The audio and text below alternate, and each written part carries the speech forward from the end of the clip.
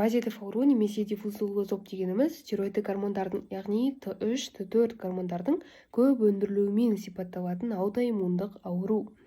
Бұл аурумен көбінесе әйел адамдар ауырады, және де тұқым қуалаушылыққа бейімділік байқалады. Базедік ауруының негізгі көріністеріне келетін болсақ, біріншіден қалқанша безінің көлемі ұлғаяды.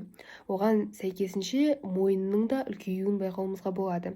Және де адамның көзі өте қатты үлкейіп, бадырақ көз байқалады, немесе оны біз экзофтальм деп атаймыз. Және де адам үнемі терлей беретін болып келеді, жүрегі үнемі жиі соға беретін болады, содан тахикардия байқалады, және де адам эмоциональды болып келеді, яғни ашуға тез ерік береді. Базедік ауруы кезінде бірінші симптомдарды айта кетсек болады. Мәселен, Грефи симптомы. Бұл кезде көз шектен тыс жалтырап тұрады, және де адам төмен қараған кезінде жоғарғы қабақ пен көз қарашығының аралығында склера аппақ болып ағарып көрініп тұрады. Ал Штельбах симптомында көздің сирек жыпылықтауын айтамыз. Ал Мебиус симптомы дегеніміз ол конвергенцияның әлсіреуі болып табылады.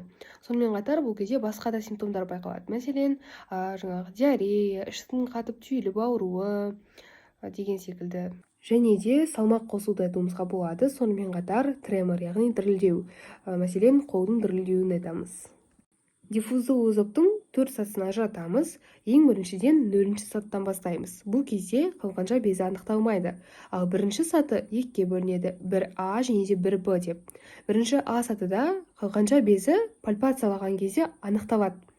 Ал көзге бірақ та көрінбейді.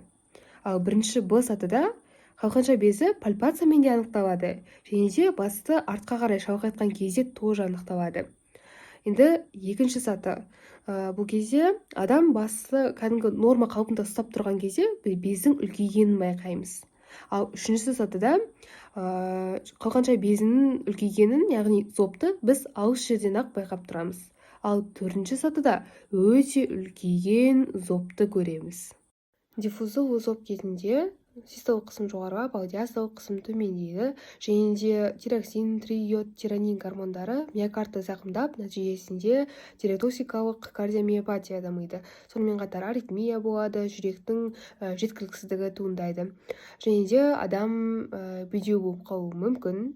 Сонымен қатар осы базедік ауруының ең негізгі бір асқынуы тиреотоксикалық криз болып табылады. Лабораториялық диагностика жасағанда тироксин, трииод, тиронин гормондарына және де иод, кальцийге, сонымен қатар тиреотроптық гормондарға қарсы антиденелерді анықтау керек. Зобты емдеу үшін антитироидты препараттар береміз науқасқа, консервативті ем жасаймыз. Егер де ол қатты асқынып кеткен болса, оперативті ем жасаймыз, яғни хирургиялық операция арқылы. Сонымен қатар радиойодтық терапия жасаймыз.